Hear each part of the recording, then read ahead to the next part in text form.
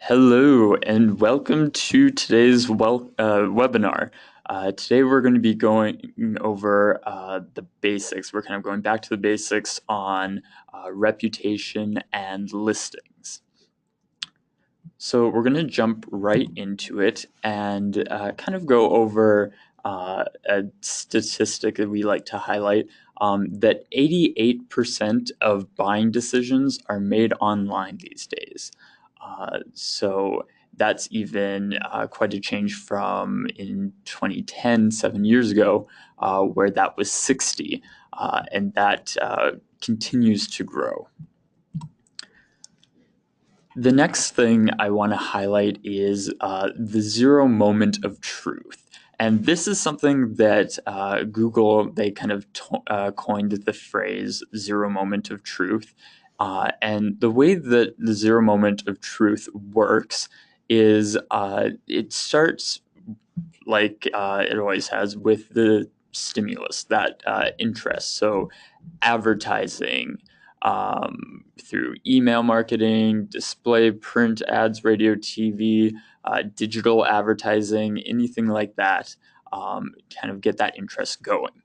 And then that next step traditionally would have been that yellow first moment of truth, where then you kind of walked into the store, talked to the salesperson, read a product brochure, tried samples of the product, and then made the decision to purchase. That would be the first moment of truth.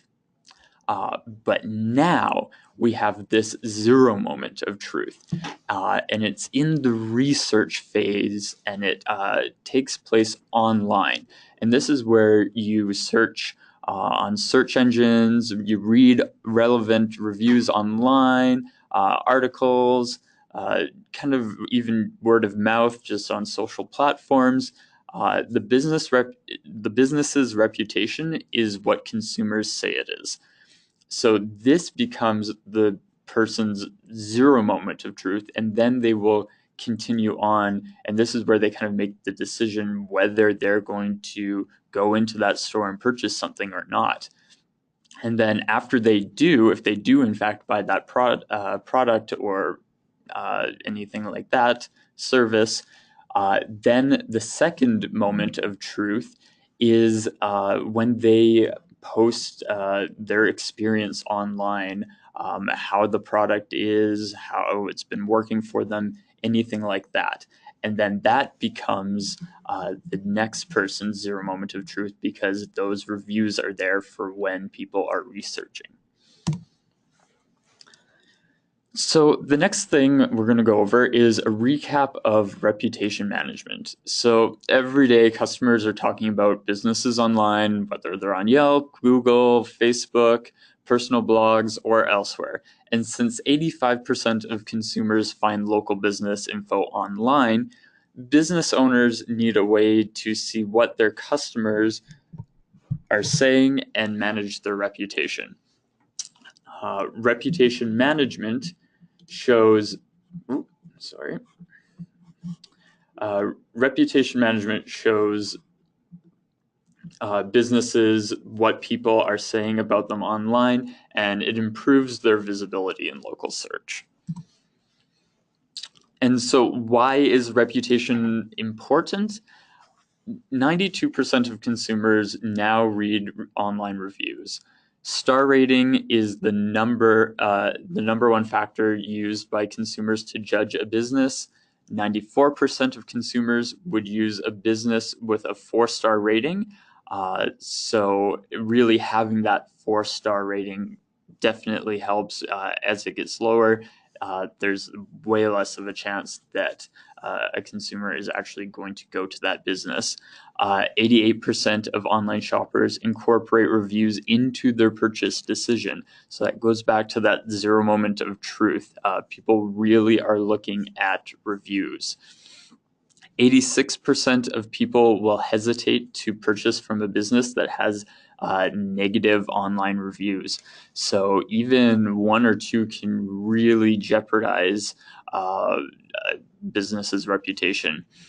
If a business resolves its issue quickly and efficiently, 95% of unhappy customers return back to your business. Another reason why reputation is so important, search results are like shopping in a mall where every store sells the exact same product or service. Now, that can be really tricky because if you were in a mall and you had 5 of the same store, how are you supposed to know which one you should go to? You'd kind of have to go in or take a look at every single one, or when it's online, you can search. And when you're searching, uh, all those search results are like all those different stores, and you can find out quickly. You can look at reviews and find out more about those businesses right within a few different clicks.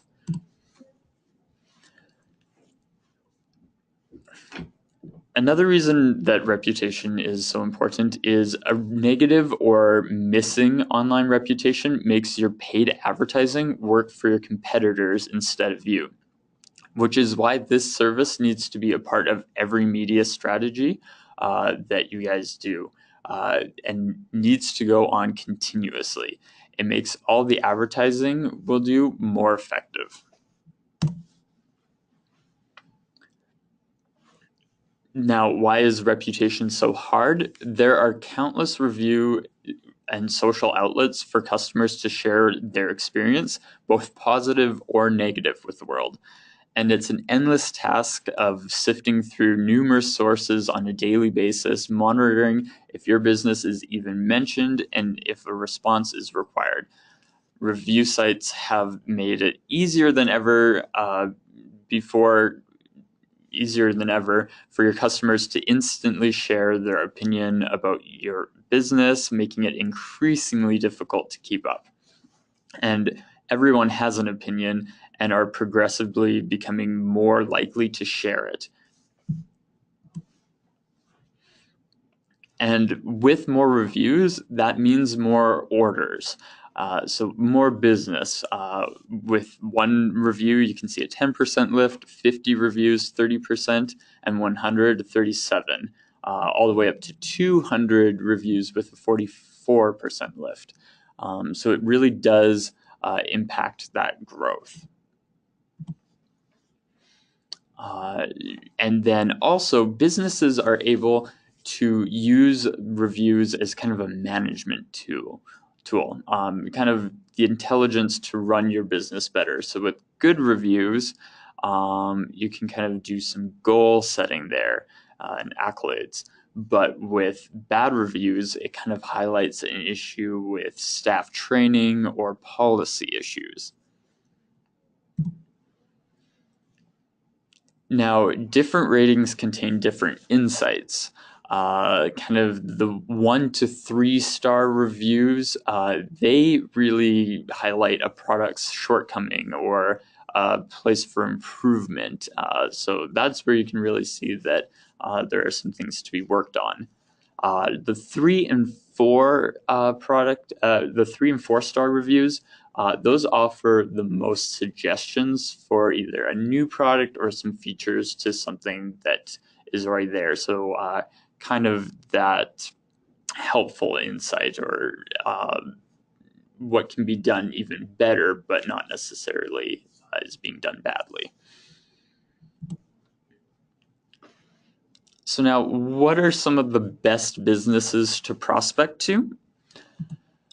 You can kind of go for that lowest hanging fruit if you're kind of starting out. New businesses and businesses that have moved, they're kind of similar, but with a new business, they're not going to have any listing information or very minimal listing information and a reputation.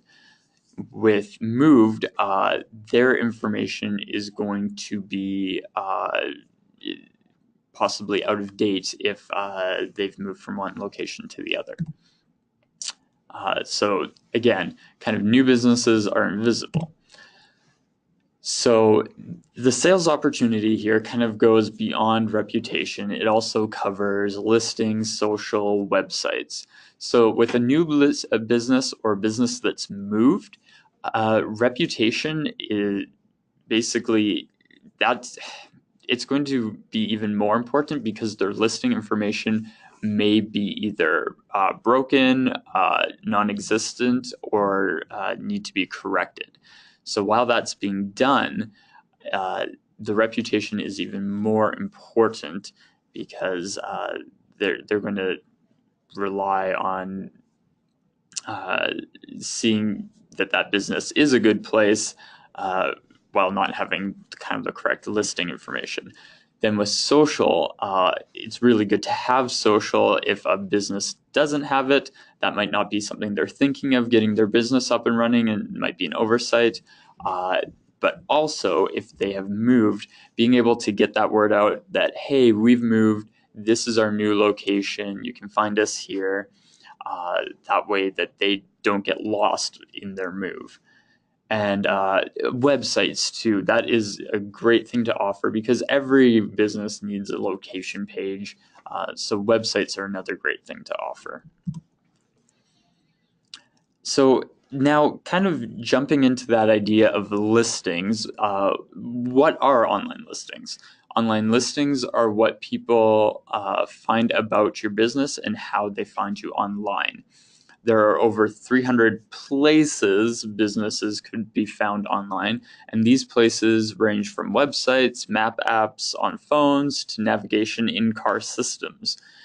A way to think of these is kind of how yellow pages were a decade ago, only kind of 300 times more. And why are online listings so important? People use their phones all the time to find phone numbers, addresses, to put into their GPS, to use on maps applications, and link to websites with more information. So basically, if your listings information is either incorrect or non-existent, in the case of incorrect, it would be like giving a business card to someone and that information just being all wrong so that they wouldn't actually be able to get in contact with you. If it's very much the same if you've moved. Giving an old business card and sending them to an old business isn't going to help. They're going to get there and you're not going to be there. So, of course, you wouldn't do this. And so, why would people allow this to happen online as well? You would want your information online, correct? But this kind of digs into the idea of why listings are so hard. It's very messy. The online listing world is such a mess. We have to kind of we need to have a short term, long term, and a manual solution to have substantial and positive results. Online listings is constantly changing. Your listings need to be maintained, monitored, and updated all the time. A one-time fix is not going to cut it for the long term. So what are some of the challenges? Some of the challenges include different standards from different providers regarding how to display NAP data. Data providers accept data in different time frames. Search sites receiving data from these providers update their sites on different schedules from daily, weekly to monthly, quarterly, and sometimes not at all. Listing data submissions may be rejected by providers for different reasons. So that's where our kind of listing strategy comes in with listing distribution. It is a great long-term solution that increases online citation and creates long-term organic search engine optimization. It consists of online business listing data that helps you rank higher on Google search, and fixing your listings at the source is kind of an insurance policy against negative effects. And that kind of comes to the end of listings and reputation. And if there's kind of a final piece of advice is making sure that when you are explaining reputation or listing that you do have a value proposition in there. So provide timely, relevant information about the business. Equip or service them with tools to monitor, manage, and build their online presence and reputation.